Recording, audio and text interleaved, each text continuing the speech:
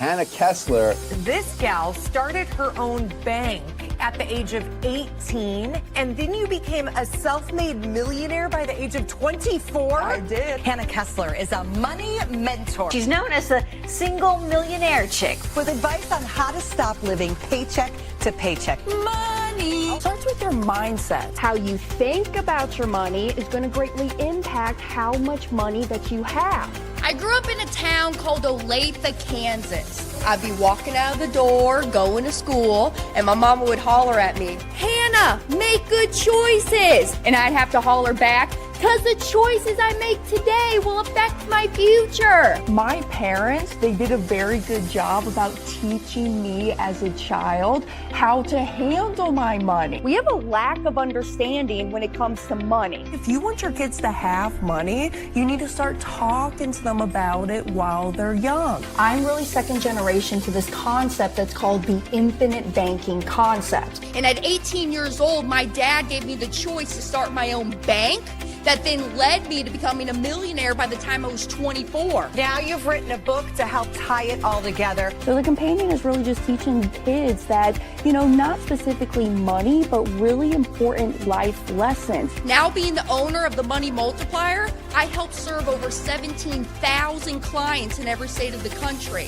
Where can people get the book? HannahKessler.com. Hannah spelled the same way forwards and backwards, Kessler with one S. Also, I got my podcast show, the Money Multiplier Podcast. And make good choices today, because the choices you make today will affect your future.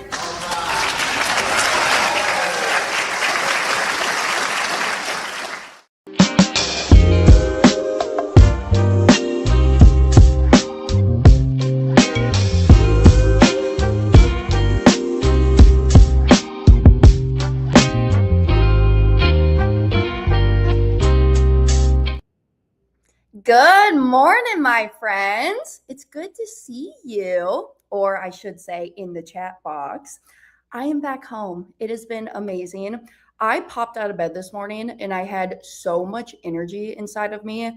I was up at like 5:30 and I was like, okay, I got to go to the gym and like crank some of this energy out. And now I feel good.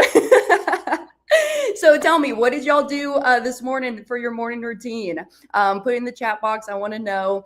It's been great. I've been back at home. Since I've been on the road, I did even buy myself a sauna in my house that I've been using. Love her. I've been doing her like one time a day. I try to do her 2 times a day, one time in the morning, then one time at the evening before I shower and get ready for bed. But we've been good over here. I see Dave chiming in. Good morning, Mr. Dave. Dexter, hello, my friend. He says, Miss Hannah, you're my brother from another mother. And then Devon as well. Good morning. All right, so today we have to be a little brief today, all right, because I do have a meeting starting at the top of the hour, all right? But I'm so excited about today's topic and episode. And honestly, I'm a little selfish about how excited I am because this is my retirement strategy. All right. I'm about to show y'all how I'm going to be living my lifestyle once I am no longer working in my active business. And who knows, maybe I'm going to continue doing this forever and ever. I love talking about money. I love talking about the infinite banking concept. And truly what really fuels my soul is when I help families, when people come up to me and they say, Hannah, you have completely changed our life and more specifically our financial life, because money is just a tool, is it not? Money is nothing more than just a means of exchange. That's all that money is. So with the money, this allows you to have the choices, the freedom to do what you want, when you want, with whomever you want, right? That's all that money is. It just allows us to have the freedom and the choices to live the lifestyle that we want. I see Josh chiming in as well. He says, you look like you're well rested and revived. Yes, sir. It's a lot, especially when you're on the road. I'm a water fiend, by the way, when I'm on the road. I will take all of the free water bottles I can get when I'm out and about, and I will go and store them in my room. Matter of fact, this is kind of bad, but I was up in Indianapolis. We were celebrating Zach's birthday. Okay, so Zach's my younger brother. He just turned 25. I said, Zach, don't be going on a quarter life crisis on me now. But we were up in Indianapolis, and we were at the Lucas Oil Stadium, and Morgan Wallen came through. So we were up there with the family, and we saw that show. And when I checked out of the hotel room, I had like 7 water bottles in the fridge. And I'm like, all right, girl, chill. You don't need all of this water all the time. Share some with the rest of the people. But it's important, okay? You keep hydrating, keep yourself up to speed with the travel, the different foods that you're eating. Because even too, like when you're on the road and you're eating out all the time, I'm like, okay, even though I want that cheeseburger is not going to love me in a few hours from now. So let's go get this Cobb salad, put some chicken on it instead. All right. Well, hey, so I'm going to share my screen. And this here, so this is a real life scenario. I just changed the name on the illustration. All right. So for my number nerds, all right, if you want to see some illustrations, it's going to be an episode for you. But this is a real life scenario. It's a gal that I met when I was speaking at the Boulder event. And I kind of have 2 people who are like this right now. And she is a coach, okay? And she has 4.5 million in Charles Schwab right now, mixed between some brokerage accounts, some IRAs, and all of that. So she's trying to figure out, hey, you know, how do I really, I want to practice this. I understand the importance of these policies, the protection it gives me, the tax-free growth that I get out of it. But I really want to structure this thing so that I'm not just withdrawing from this cash accumulation that I've built up to this point in my life, because there's a difference between cash accumulation and cash flow. And I'm not saying that cash accumulation is bad. I mean, you got to have some accumulated capital somewhere, but instead of me just withdrawing off of this account or cash bucket that I have to fund for my retirement, I'm more interested in the cash flow that's going to support my lifestyle during those retirement years. How much money am I coming in as passive dollars each and every month just for putting my pants on in the morning? You see what I'm saying? I'm really trying to strive to get that cash flow up on the passive side, instead of me having to go out, work for the money, accumulate the capital, and then I just withdraw from that cash account each and every month to fund the lifestyle. Because really, I mean, if you go and study like wealthy families, that's why they're so deep into like multifamily commercial real estate, because they understand the cash flow that comes in each and every month, instead of just draining down their assets that they already have, right? Because that's a lot of times what, you know, people are doing here in America, is that we go and we max out the 401ks, or we build up dollars in those IRAs or brokerage accounts, and then you just withdraw it all down, and then come retirement now, when you use it, well, now you're passing away. First of all, if you don't have life insurance, there's no death benefit that's going to get paid out to your family tax-free. But then secondly, now you're not able to transfer wealth to that next generation and even continue on the family empire and that family legacy, right? So that's why I love cash flow, because I can then pass along those assets to my family when I'm no longer here. And then I can also teach them, right? I mean, obviously, you know, don't make money such a taboo subject in your family. Keep continuing to talk about it around the kitchen table, around Thanksgiving time, Christmas time. But then I'm just really helping out that next generation. But you know, you got to be disciplined with this stuff. You got to make sure there's precautions in place too, because you can't control all of your family members, right? If your family member has some addiction problems or love gambling and different things, like, no, I'm not going to leave you all this tax-free lump sum death benefit money. That's then when we start getting into trust and estate planning and yada, yada, yada. All right. So it just all goes down. All right. But let me share my screen here. Okay, and I'm going to go to this little page over here just so I can highlight some stuff for y'all. Okay, this is a lady, she's 63 years old right now. And as I mentioned, she has 4.5 million inside of that brokerage account. So what I did is I designed a 10-pay policy, a 10-pay whole life policy. And for my analyticals and my IBC vets, here's how I structured it. Okay. So of that 200,000 of premium, 56,000, we'll call it, is going towards her base. And then she's got 144,000 that's going towards her paid up additions. So this is what you would call a 25-75 split policy, 25 to the base, 75 to those PUAs.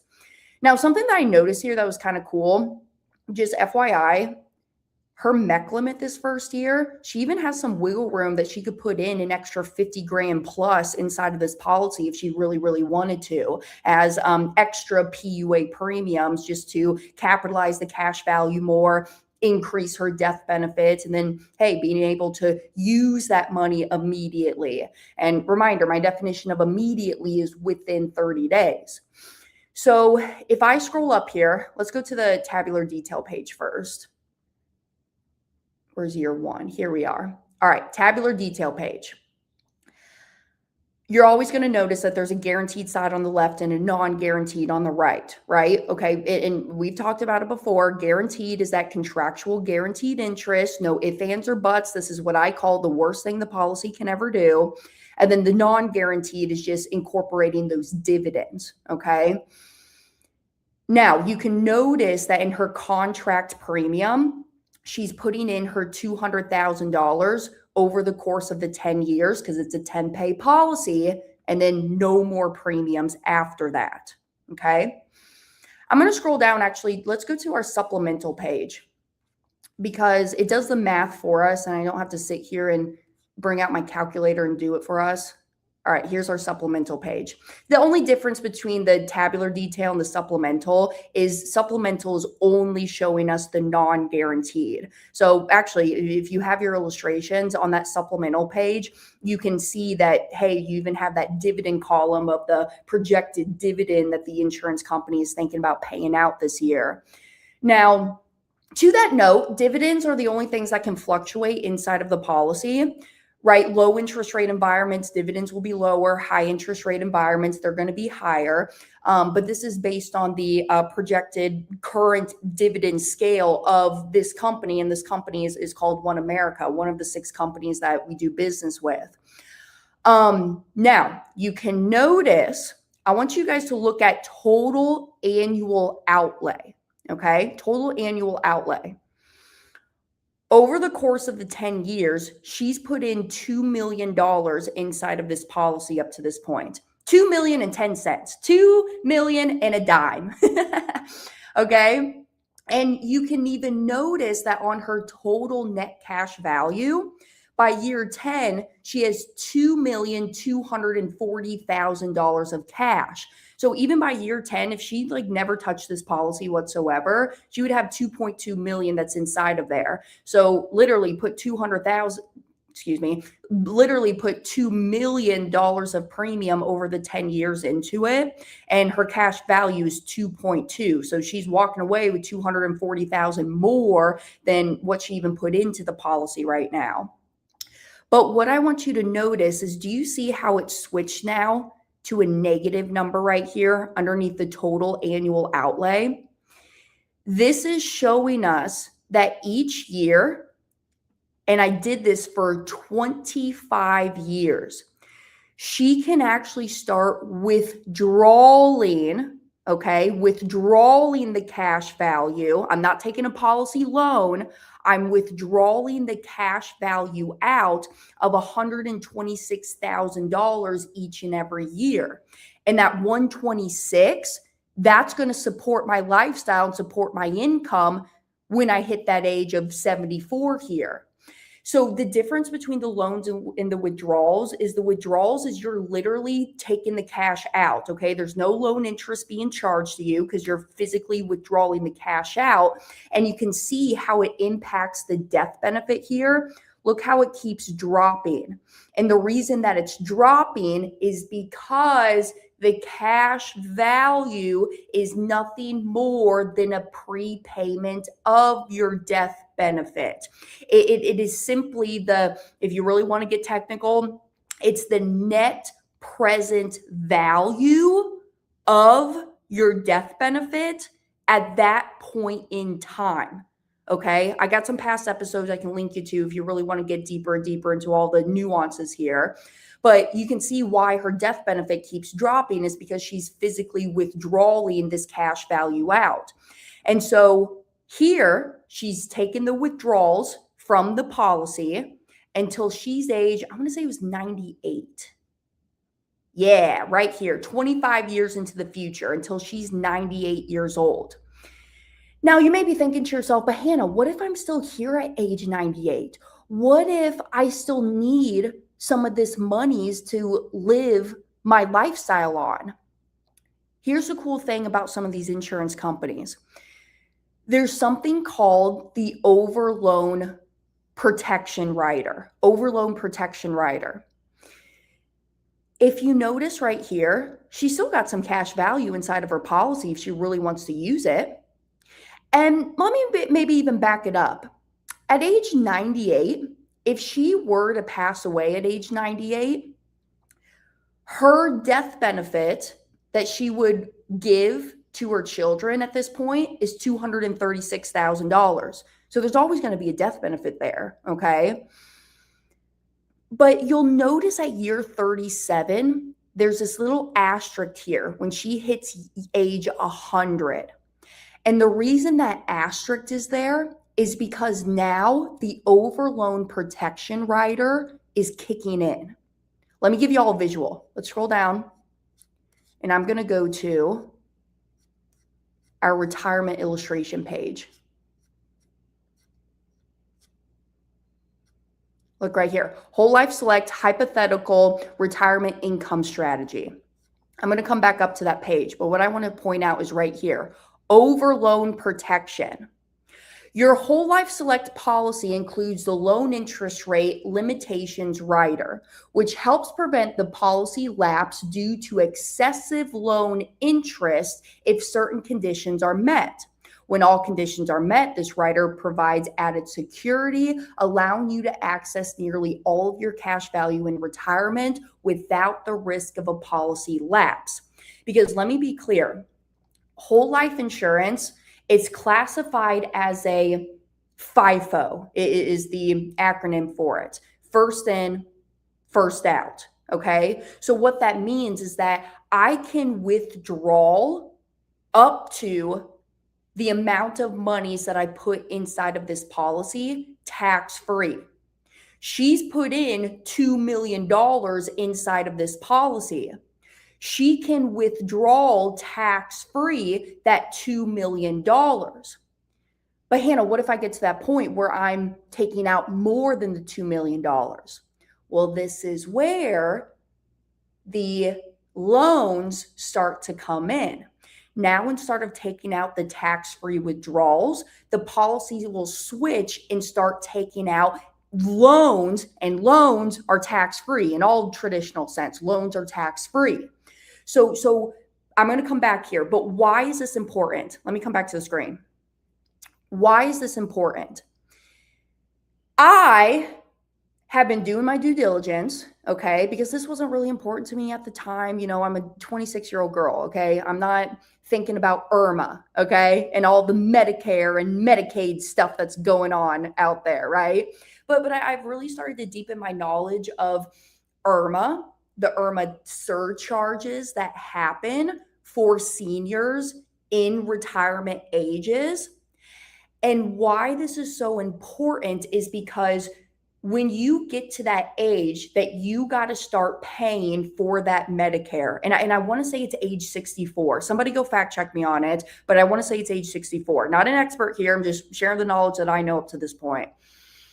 But based on your taxable income, you are going to have to pay into IRMAA. And what is IRMAA? IRMAA is just an acronym. It stands for the Medicare Income Related Monthly Adjustment amount. Income related monthly adjustment amount, aka IRMAA, IRMAA. Okay, you follow me up to that point. And based on your taxable income, you are going to have to start paying a premium for IRMAA and that Medicare that you're now receiving for the health benefits during those years of your life at that point.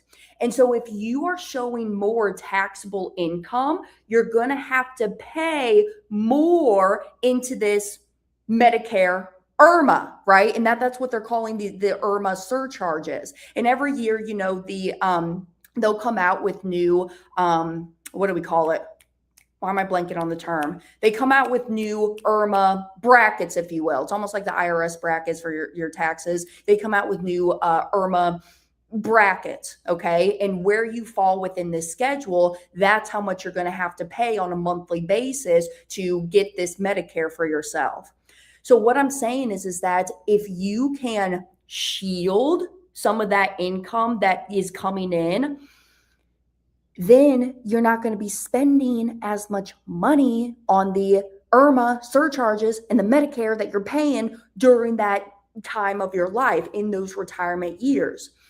So that's why it's so important. And that's why I say it's invisible income. That's what I'm trying to do. I want some invisible income so nobody's coming after me and wanting more and more of my money when I'm in those retirement years and maybe I'm not working as much because, hey, I'm kind of on a limited income right now. Maybe that's some of y'all. And I don't want people griping at my capital that I have that's going to then fund for my lifestyle during these retirement years. You see what I'm saying? Okay. Let me add it back to the screen. Let me pop back over here. Let me get a little sip of coffee. Hold on. And if you guys got questions, chime into the chat box.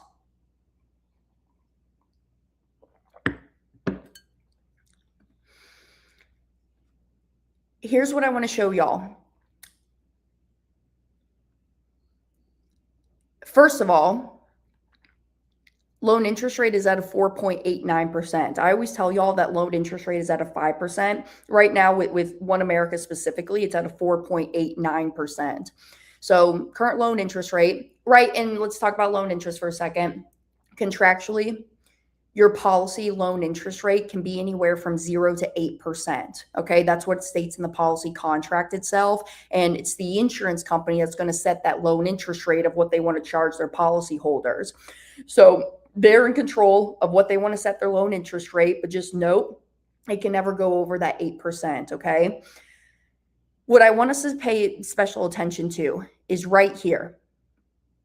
Right here, okay? The following values are based on a policy issue age of 63, with premiums being paid through age 73 and a level distribution of $126,000 being paid annually beginning after age 73 and continuing through age 98. So for the next 25 years, she's taken out that $126,000. So here's a synopsis. Over the 10 years, she has paid $2 million of premium out of pocket into the policy. The distributions that she has taken from this policy is $3,157,000. She's put in $2 million and she's taken out 3.1. As I said earlier, $2 million is what she's taken out as withdrawals from her policy. Once we get to the cost basis of the withdrawals, that $2 million, now it switches over to loans. So now she's taken out $1,157,000 of loans from the policy to supplement her income. You may be thinking to yourself, but Hannah, if I'm taking out policy loans, don't I need to pay a policy loan interest? You could if you wanted to, but after doing more due diligence with these insurance companies, I was asking around, I was like, hey, if people are exercising this strategy during those retirement years after they stop taking the withdrawals, when they're taking out loans, are they actually paying their loan interest? And all of them said, no, they're not. They're just letting that loan interest capitalize. Because, hey, that's what I say. If you don't pay your loan interest, all it's going to do is it's just going to be subtracted from your cash values anyways. All right. I do recommend, if you're using this strategy for the infinite banking concept right now in your life and you're financing those transactions, the purchases, et cetera, that you're buying, pay yourself back and pay yourself back the interest as well. Okay. At minimum, pay your annual loan interest. Okay. You don't want to, Brent Kessler is in my head right now. A failure to plan is a plan to fail. So just right now, until we get to those retirement years, that's when, okay, my mindset pivots. And yeah, this time, if you don't want to pay the loan interest, you don't got to. Okay. It's just going to get subtracted from death benefit. But as we're building this up and we're utilizing for the pre-retirement, the living benefits of the policy right now before retirement, you should be paying your loan interest at minimum every year, okay? As a reminder, principal of your policy is never required to get paid back, but hey, in my mindset, if I'm using my policy loans for purchases like tax bills, depreciating assets. Speaking of depreciating assets, sorry, here's my ADD going off. My brother, speaking of Zach again, he's so cute. He just bought himself a boat. Of course, you live in South Florida, bub. You live right there on the ocean. You got to have a boat, right? Anyways, but he's doing good, right? I got him in some investment stuff. We've been doing some stuff together. So he's doing good. He's like, I want a boat. And I was like, I can't complain. I have a van. So, okay, go get your boat. And that's what he did, is he used his cash values from his policy, bought the $70,000 boat. And then now I helped him. All right, it's $70,000. You, Zach, are going to pay yourself back at 10% interest, because that's what the Bank of the Kesslers pay ourselves back personally. I will say, if you borrow from the Bank of Dad or the Bank of Mom, it's a higher interest rate. But when we're borrowing from our own policies for our own stuff, it's 10% is what we charge ourselves. And so we went in there to that loan calculator on bankrate.com. And I said, all right, Zach, how often do you want to pay back the loan? What we're going to say 10%. Okay, you want to pay it back in 5 years from now. What does that monthly payment have to be? And then now he's got it set up, because at some insurance companies, you can actually set up an auto loan repayment to your policy. So every month he's just seeing that loan repayments get taken from his checking account and paying back his policy loan. Because don't be afraid to pay back your policy loans, my people. Seriously. All right.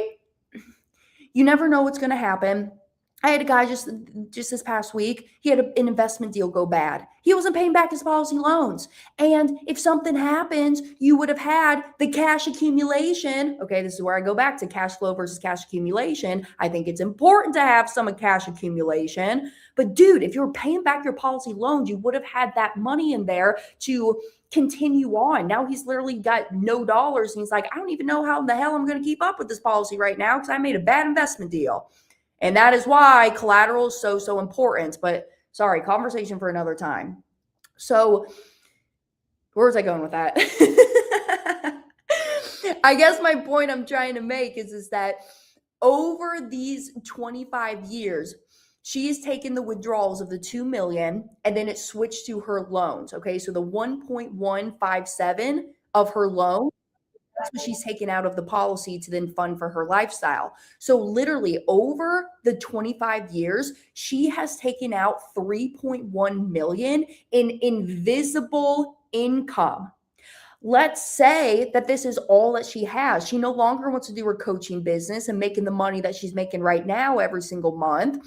She now has this invisible income where now it's not going to bump her into these IRMAA surcharges that she has to be concerned about during these retirement years. It's just kind of funny, because I don't hear a lot of people talking about IRMAA a whole lot. And now that I'm like in the know and I'm learning more about it, I'm like, shit, y'all, this stuff is kind of important.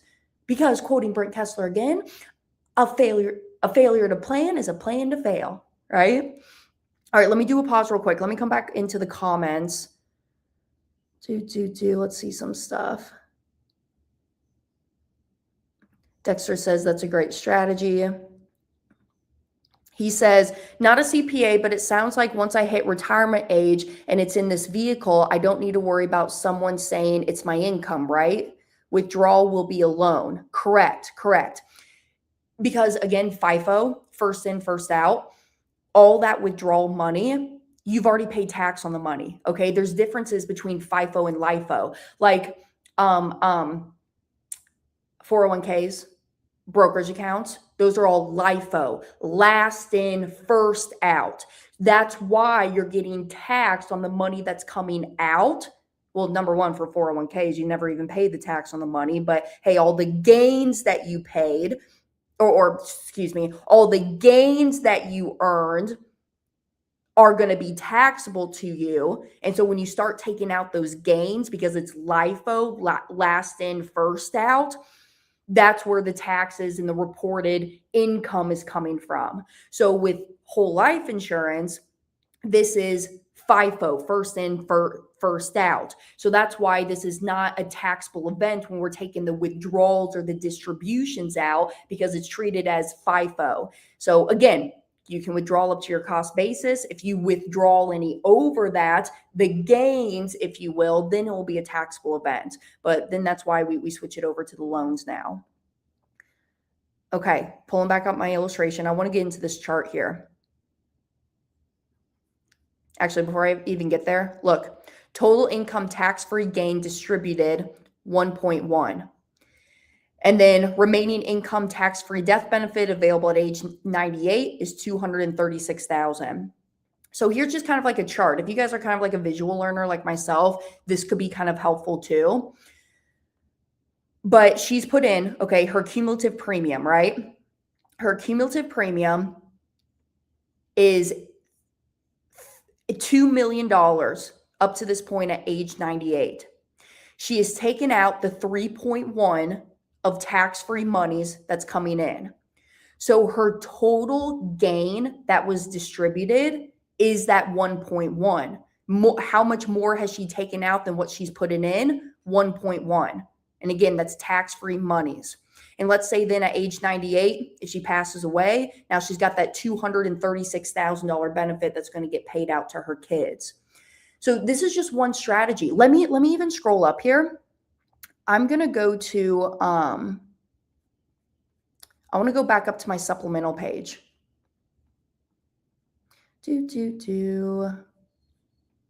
Supplemental. Here we are. Okay. If she truly wanted to as well, she has cash value inside of this policy immediately. When she puts in her $200,000 for the first year, she has $161,000 that she could take from this policy and start using it if she absolutely wanted to. So again, it's not even neglecting the fact that you have this cash value bucket. You can utilize it for purchases or emergency dollars if you needed it.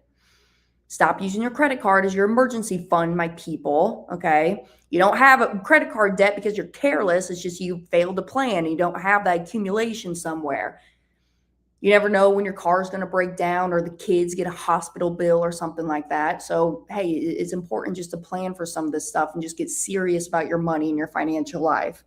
But seriously, if she wanted to, she could literally start taking out this cash value immediately and start using it to fund lifestyle. I mean, obviously, if she takes out this cash value early on and doesn't pay it back, then obviously this is going to mess with how much monies that she can take out during those retirement years.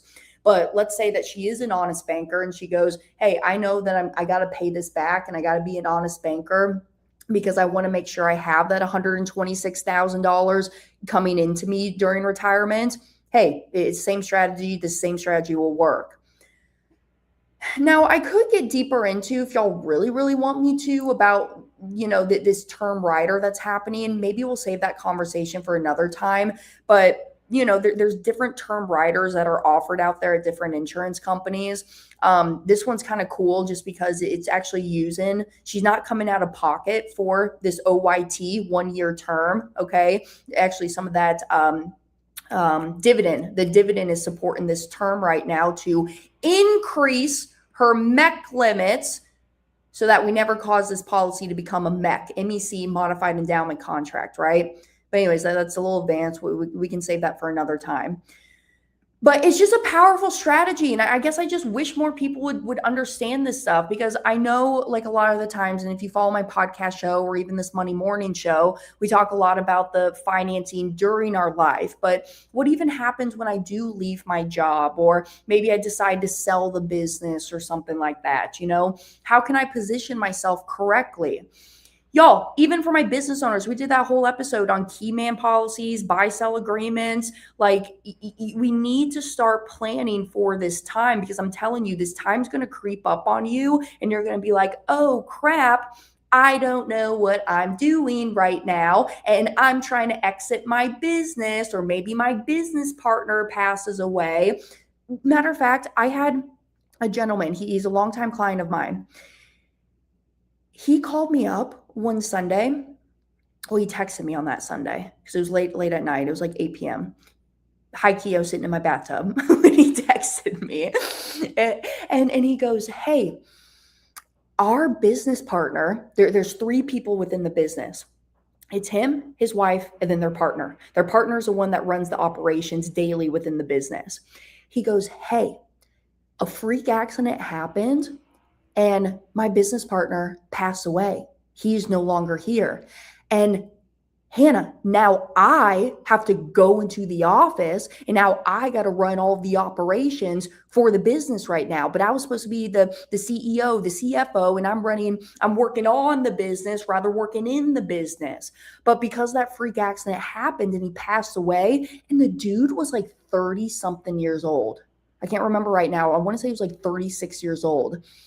You never know when your time is to go home, okay? But he's like, crap, I wish I would have had this death benefit on his body, because then I can use those resources to sustain the business. Because when you have a key employee of your business go away, there's probably going to be a loss of income there. I mean, maybe not, but most likely there's going to be a loss of income for the business. So that death benefit money, he's like, Hannah, if I would have had that, I could have used these monies to hire fast and also sustain the cash flow of the business, because he's no longer here. He's not producing more of that income and the cash flow that's coming in. So he's like, all right, I got to get serious on this. Let's start talking about some key man policies, and let's even start getting into like the buy-sell agreements if I ever want to sell the business, one of these days. Anyways, I think that should have been my title today. A failure to plan is a plan to fail, because that's just what keeps coming in my mind. But this is just one strategy, okay? I just want to expose y'all on the endless possibilities of what whole life insurance can do. There's so many different ways of how you can design a policy. I know I showed the $200,000 a year premium, and some of you folks are like, ooh, Hannah, I cannot do $200,000. That was just based on her. But essentially what I did is I just took $2 million of her brokerage portfolio of the 4.5 and just started redirecting it for the next 10 years into the whole life policy. So stop the bleeding. You're going to have to pay the taxes on that money anyways, in that retirement account, the brokerage account. Now I'm stopping the bleeding because I'm getting those monies inside of a tax sheltered environment where I'm growing tax free, and I can start taking out those tax free distributions now. So it's just a powerful thing. I would essentially really dive into this. Man, we could even get into the topic of annuities. Y'all, annuities have a place in the marketplace, especially right now. Okay, hold on. We were talking about this in the Noggle group chat. I have a few different group chats, and we kind of nerd out in here. I call it the Noggle group chat because it's all of the Noggle people. But right now, the Treasury notes, okay? Let me just read it real quick. The yield on the 30-year Treasury note is the highest it has been since 2007. That means the federal government is paying more than 5% interest on our approximately $39 trillion debt. It also means investors think inflation will stay relatively high, and this will keep consumer borrowing costs high. On the other hand, it's great if you want a guaranteed way to get a 5% return on your money. So when you start looking into even other stuff, like, okay, I'm understanding that maybe this qualified account that I have for myself, this retirement account, it's going up and down. I don't love that. I want to shield and protect the money that I have some guarantees. That's what I want. I want some guarantees. There's always even ways, like for retirement, that you can take the 401k, the IRA, and actually roll it into an annuity and start having guaranteed income from that annuity. And right now is like the most perfect time because you can lock in some of those high interest rates because of the annuity and where the dollars are being invested at within these treasury notes. So here's what Noggle said. He says 6.5% guaranteed for 7 years is insane, way better than treasury yields, but I'd also buy long-term treasuries as price is way low. Anyways, just some of his stuff. I'm not a markets girl personally. I'm not in the markets right now. My strategy is that I have my dollars in my lending portfolio. And then once I started to do that, because that's where dad really taught us that money is just a tool. And that's where dad taught us kids that it's all about cash flow. And that's where, like, when we first started getting into infinite banking, he goes, Hannah, you kids, instead of y'all just leaving your money inside of your policies, give your money to me and I'll pay you 10% annually and I'll pay you that interest check every single month. And it's backed up by your father, Brent Kessler. And I said, well, Dad, what if something happens, you don't pay me? He says, Hannah, I'll pay you. Anyways, more conversation there.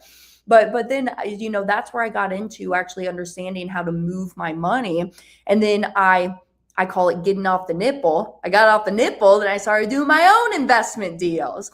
And that's when I started to get into holding collateral of the first lien position on properties, which, going through some stuff right now, this is a new world for me. Luckily, I do hold the first lien position, but one of my borrowers is totally ghosting me. If you're listening to this, just call me back, all right? Anyways, so now I have to go through the whole course of doing a foreclosure and all that stuff. And I've never done foreclosure before. I don't know this whole process. So this is a whole new learning experience.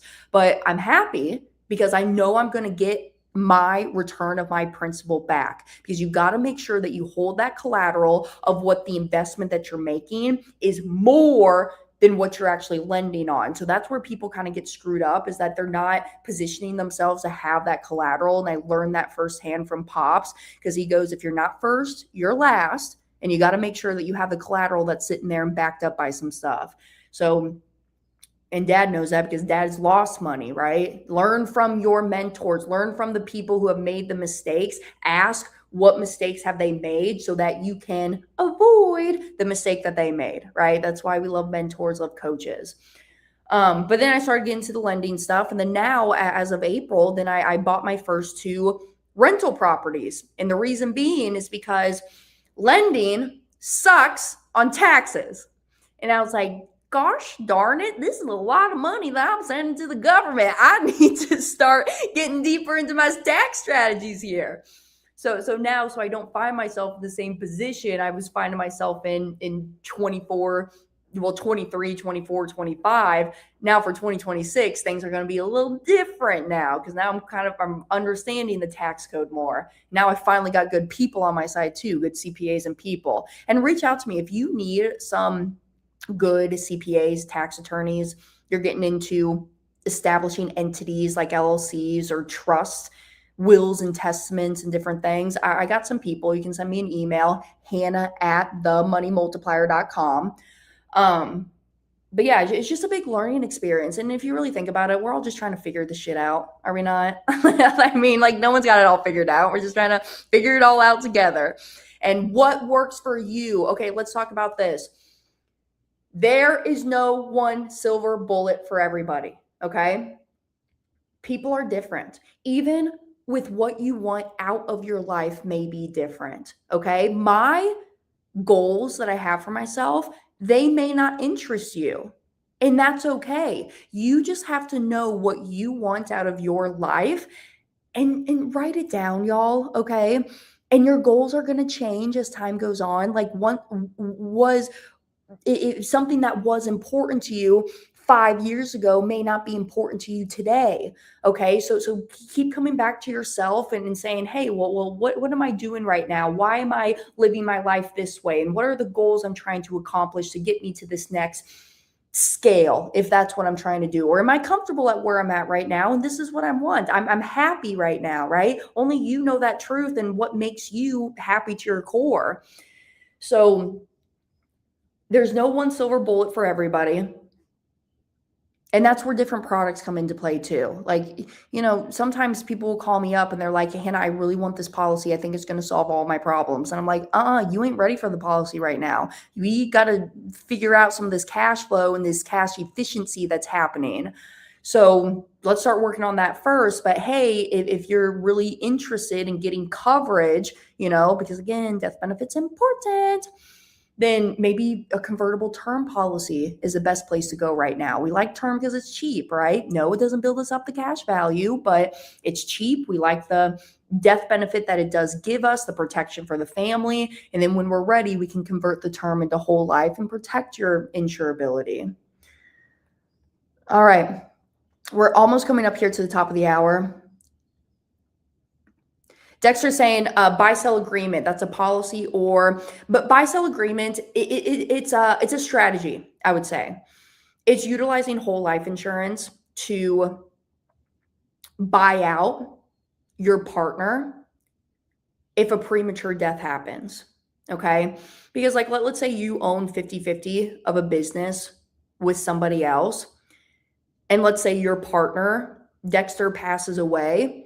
Well, now that 50% ownership goes to their spouse or their children, right? Because they own 50%. So it just allows you to buy out that spouse because maybe you don't want to be in business with them, right? It's just another strategy. It's just another way that folks are utilizing whole life insurance. Love tax shelters. Yes, I've heard about the awesome annuities. Hey, Dexter, by the way, if you really want to get deeper into annuities, Jonah Dew's your guy. I just spent the week with Jonah and Jeremiah, the banking bros. Shout out to the banking bros. Go follow them on YouTube, Instagram, TikTok, and all that stuff. Great wealth of knowledge over there. They're fun to listen to. Jeremiah is as witty as you can get. But reach out to Jonah Dew. Jonah can help you. He's my go-to annuity expert over here. Start building that haunted house jail. It's going to fill up. Dave says, got to use that form that Larry talked about. If they don't pay 3 months, you take that form to the county and it automatically transfers to you. Ooh, and I'm assuming you're talking about Steinhaus. Is that right, Dave? If so, actually, that's my meeting at the top of the hour. I'll ask him about that. Thank you. Thank you for that knowledge. Ivy League says, that's why I always roll my eyes at people who say IBC is a scam, Velocity Banking is a scam, or something like saying you should never pay off your mortgage. They don't know each individual's needs. 100%, right? Everybody's different. Thank you, Ivy League, for being here this morning. And then Dave said yes. All right. Thank you, Dave. I got you. All right, y'all. I don't know. I just wanted to share what I've been learning up to this point. Why I was a little selfish with this is because now I'm looking at my policy portfolio and I'm looking at it saying, how much money is going to be coming in during retirement? Because that's something that I haven't really looked so deeply into right now. Okay. It's almost like my health. My mama really wants me to go do later on this year. Have you guys heard Fountain of Life? I think I'm saying Fountain Life. No, Fountain Life is what it's called. She got exposed to this whole thing. She's a huge health nut right now. She's always been a huge health nut, but especially right now, she's deep into her health.